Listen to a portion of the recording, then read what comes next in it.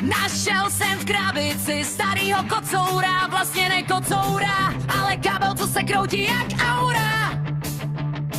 Jeden žlutej konektor, říkají mu cink, pro obraz je to peklo a pro oči link. Všechno v jednom drátu, jestli barva přečí, obraz je tak měkkej, že z něj každej brečí. Kompozitní bída, nalogovej šum, tohle rozhraní už patří do muzea, ne k nám v dům. Zkusil jsem to vylepšit, vytáhl jsem S-video, 4 piny v kruhu, to už je jiný divadlo.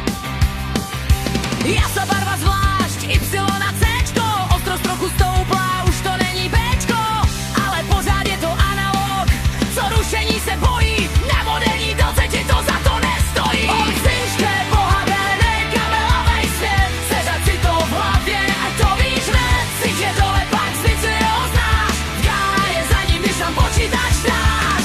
Stoupáme vejš, je digitál je král, zdi a hágeme, jedeme dál.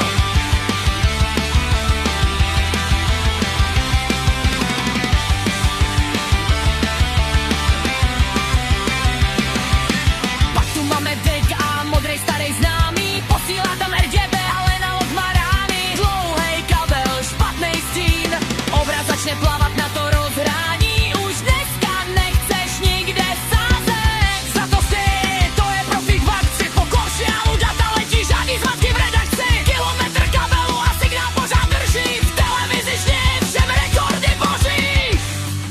A teď přichází ty těžký váhy.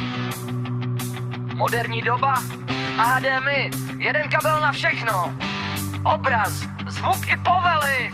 DisplayPort, počítačová bestie, propustnost, co ti